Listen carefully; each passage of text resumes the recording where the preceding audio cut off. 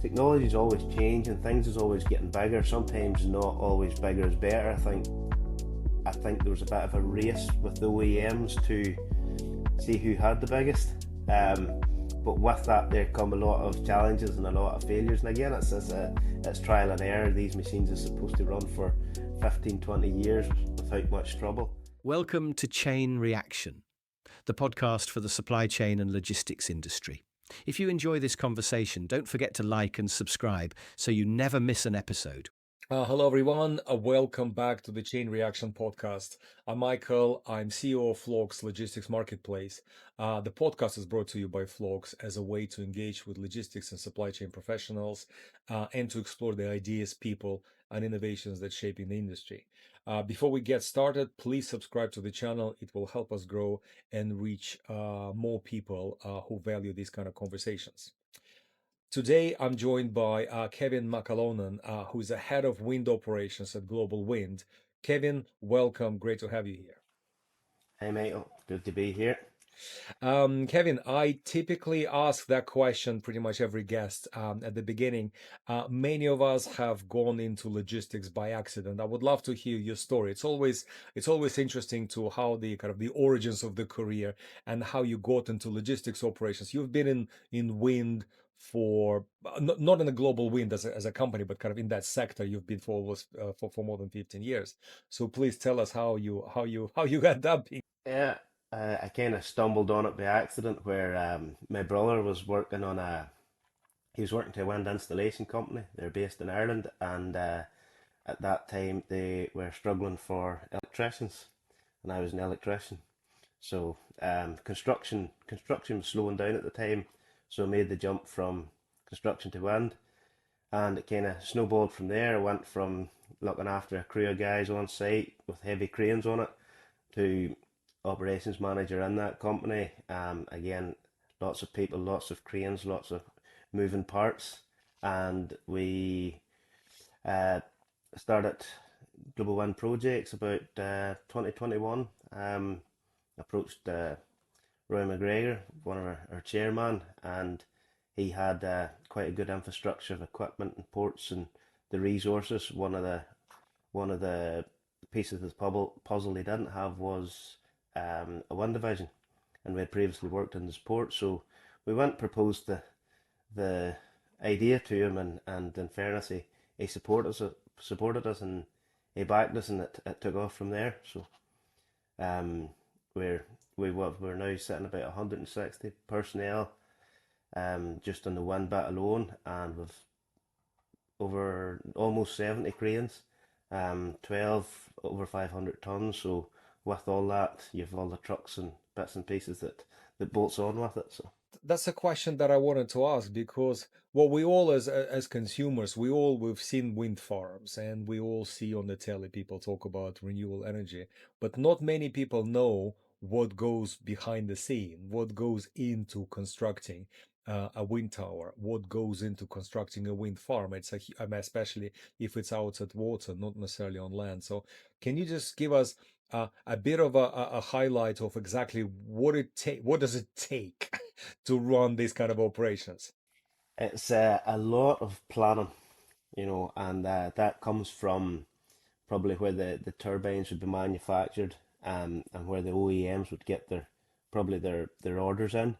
And from that there it would be transporting them usually on from sea to wherever the closest port to the wind farm is, to offloading them in the port, to getting them transported to site, then to building them, getting the big cranes there, then to handing them over right through to commission. So it's quite a lifestyle and a life cycle. We are quite fortunate because we're part of the global group. We are Global Port Services. One's a division of it. So we get to see the full life cycle from when the components arrive in the quayside, to offloading them, to loading them onto the big trailers and the trucks, to bringing them up to the site. We're quite fortunate we get to see a project almost from start to finish once it gets to the UK or Ireland, where we do most of our work. Are you involved in the whole kind of cycle? I mean, as a company, in the whole cycle, as in all the way from laying the foundation all the way down to kind of commissioning and electrical engineering of the turbines?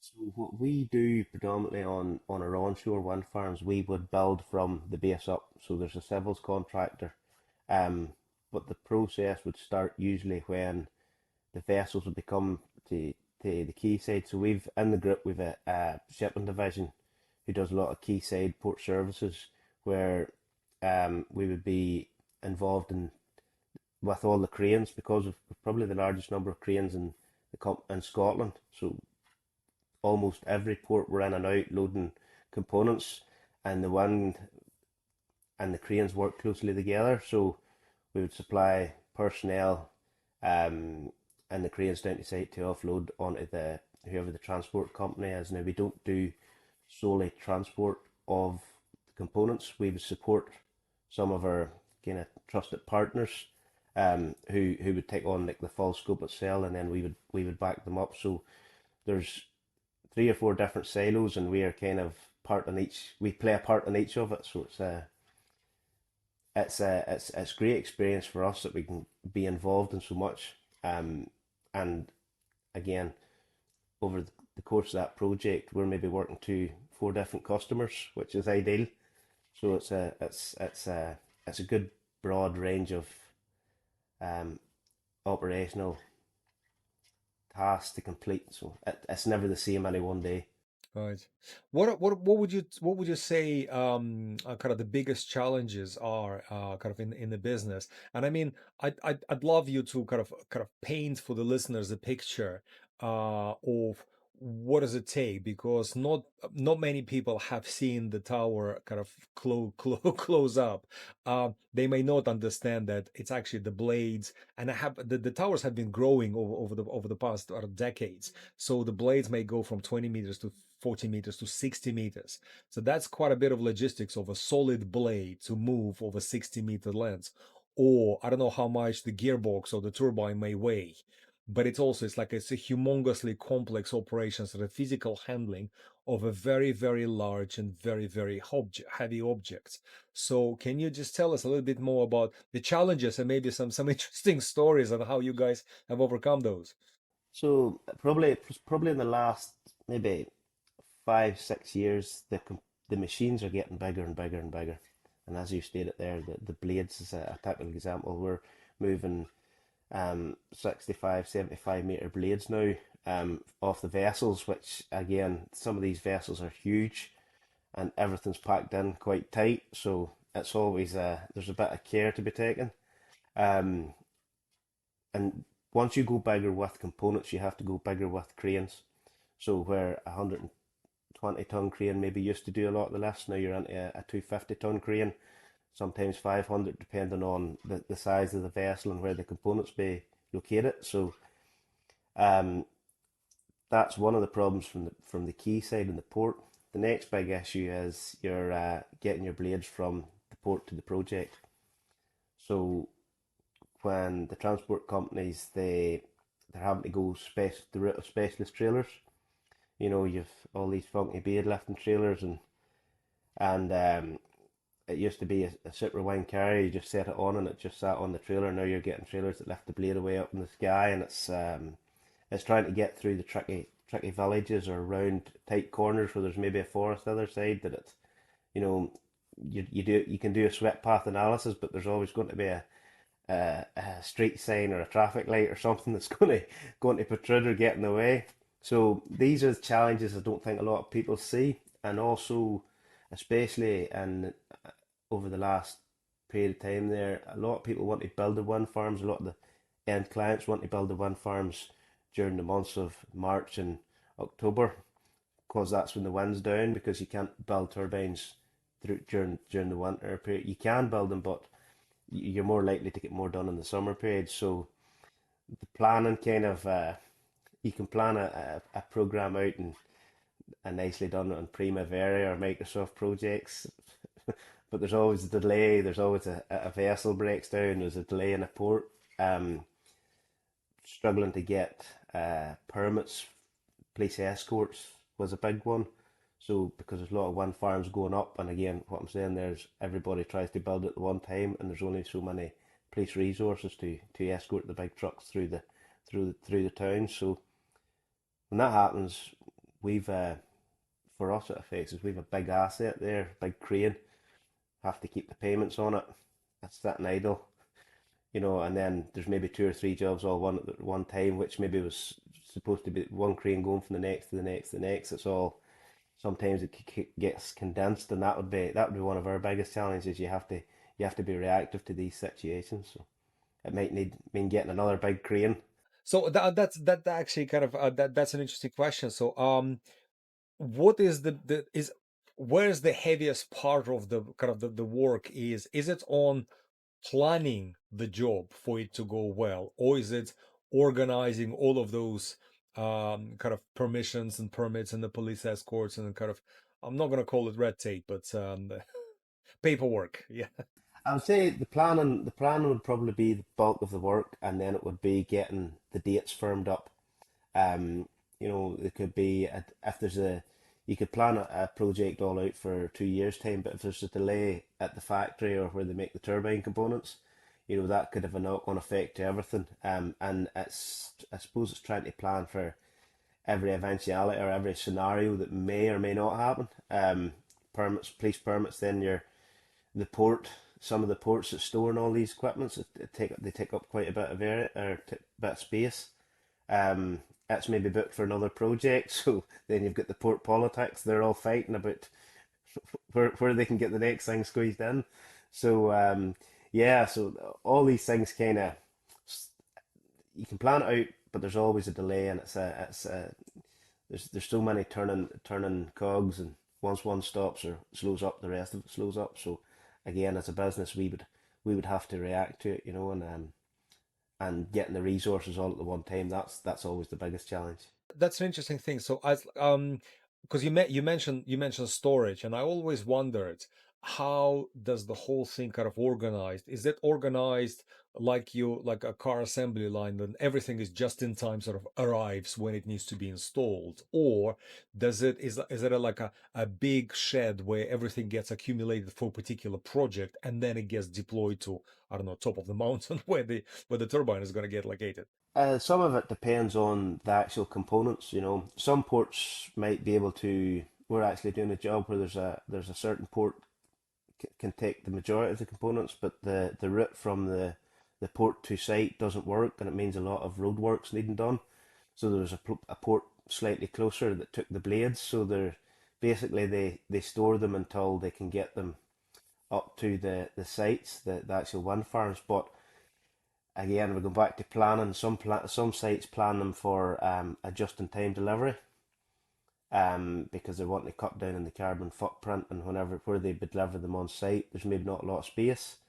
And then other sites, you're able to get a lot of the components off on the hard stand, and get them stored, so there's not as much waiting time in the port. But when we're building, we could hit 2 weeks of bad weather, and that's 2 weeks of deliveries, 2 weeks of police escorts that kind of knocks on, and I'm sure they're usually booked for another project right after the one we're finishing. So there's always knock-on effects to everything, and there's only so many cranes, big cranes in the country, and like some of the heavy trucks and the transport and the trailers they have nowadays there's only so many about, and everything's getting bigger and bigger. So with all them bits of equipment that companies buy, they're having to upgrade or exchange out.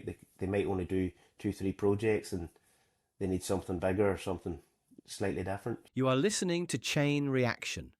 This podcast is brought to you by Phlox, the leading marketplace for the supply chain and logistics industry.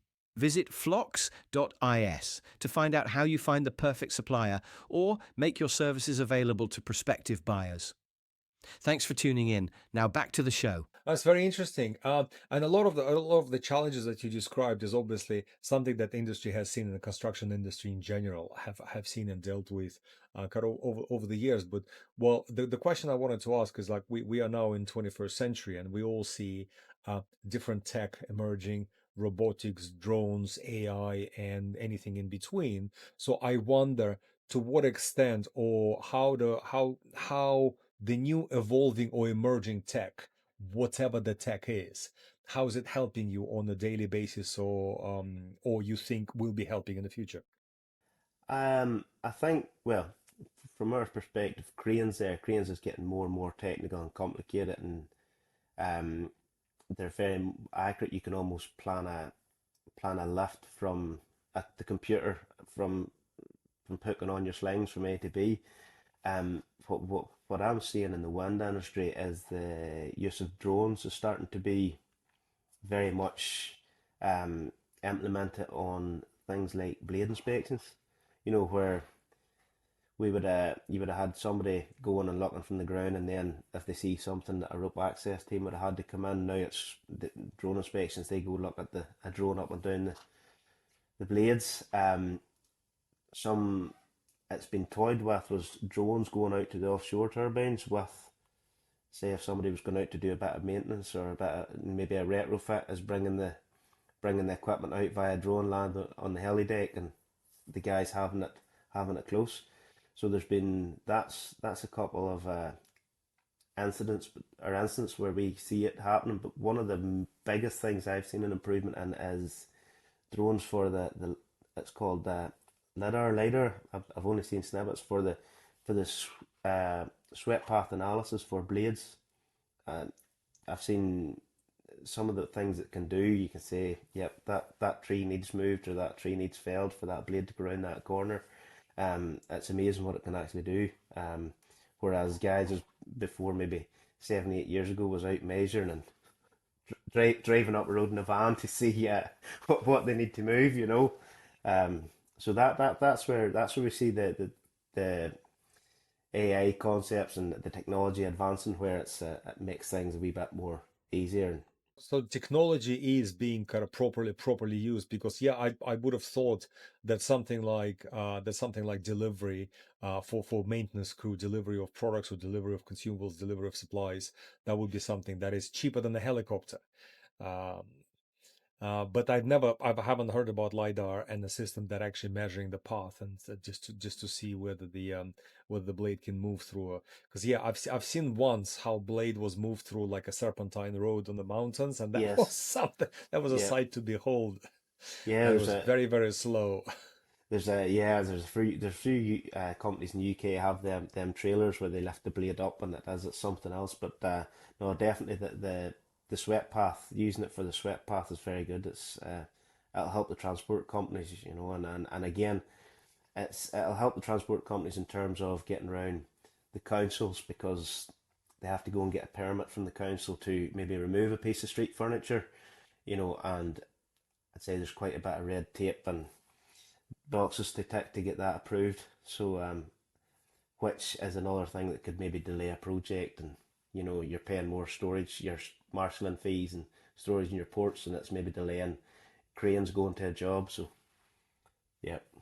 How do you think the industry is going to evolve going forward, as well as how would the various kind of, not the maintenance but kind of replacement work is going to be done? Because a lot of the builds that have been done over the past couple of decades are nearing their either replacement, or some windows where, I don't know, blades needs to be replaced, or gearboxes need to be replaced, or turbines. So that is, I can imagine that doing a job like that is almost like a new project on its own. Yeah, we that's something that we've actually our business has grown in this last probably the last 2 years as major component exchanges. Whereas we kind of set up that we can put the crane and the people to site, along with the tools. And if a gearbox is down on a wind farm, we literally roll in, um, and that's something we do transport. We have a yard in Uddingston and we have another yard in Aberdeen where we would store some of the components, and then again we would maybe wait to see if there's a weather window and then speak with a client and say, how about this date? Or they maybe say, can you get to this one first? So we keep some things in stock, load it onto the trailers, way up to site, hopefully maybe 3 4 days, change the gearbox, get the machine running, client's happy, and the machine's generating again. So that's uh that's something that we do quite a lot of, and over probably the last 2 years we're seeing more and more of it. You know, the big energy companies is wanting the machines generating all the time, so any downtime's a number to them that's not a good number. Right, right. So where do you see the industry is going? Because I mean, you mentioned that the project it could be a couple of years in planning, so you obviously have like a couple of years outlook of where the industry is going in terms of. Yeah, I know. I appreciate that you might have I don't know, the order book is completely full, and I'm not asking about volume. I'm asking about where does the equipment go? Like, will the turbines just simply keep on getting bigger and bigger and bigger? Or you will see that like new types of turbines being developed, or you would say, well, maybe wind is we are nearing its I don't know, limitations technologically, so we might need to start combining with hydrogen, or with hydropower and water, or whatever that may be. Interesting. I think that's going to be a thing where they start combining, and we can see there's a lot of actually one of our a group, the global group that we're part of. They've actually are developing a new battery storage. So battery storage is starting to be a big thing. So you see a lot of battery storage planning and is going to they're always built close to a wind farm. So on the days that it's not one, the energy's there for to go back into the grid. So technology is always changing, things is always getting bigger. Sometimes not always bigger is better. I think there was a bit of a race with the OEMs to see who had the biggest. Um, but with that, there come a lot of challenges and a lot of failures. And again, it's trial and error. These machines are supposed to run for 15, 20 years without much trouble. Um, and there's constant retrofits and stuff doing needing. But with that, you've got once that machines get bigger, you need bigger cranes, you need bigger trailers, you need bigger jack-up vessels for the offshore. And again, it's a lot of the wind farms that's probably coming to the end of their life cycle. It's whether or not they keep them going or they go and put in. If you go back 12 years, you've got 2 megawatt machines, and now the average machine on a wind farm is a 5 megawatt machine. So for 3 turbines, you can put one there. So it reduces the number of machines in a certain area, which probably reduces the number of people you need, the amount of monitoring to do. And again, it's getting the infrastructure up to speed as well, like the grid. Um, that's always going to be a challenge, at the rate that technology's moving. Yeah, that's a question actually. So you reminded me of that when you mentioned batteries. It's the connection. So the turbine by itself, it does not produce energy. It's just for the sake of producing energy. The energy needs to be put back into the grid, and then the grid has to deliver that energy. And obviously, the winds are come and go. So there is a certain times where the turbine is not producing either as much power or not producing any power at all. And sometimes it has a lot of power. So how does is the infrastructure, the grid infrastructure, is it up to date, or is that also a challenge of where the infrastructure is built enough to take power when there is power, and I don't know, have batteries for the downside? I think no, I think the infrastructure does need a big overhaul, and I know there's plans in the next few years to upgrade a lot of parts, especially in Scotland. Um, Battery storage is probably another part of that puzzle where to store it and get the best out of it. The with like at the minute, so many data centers and AI centers, they need so much electricity. So that's the more the world sort of depends on AI and goes into it, the more electricity it's going to need to keep the grid. So, and I think that's where offshore wind's just going to keep churning out and churning out.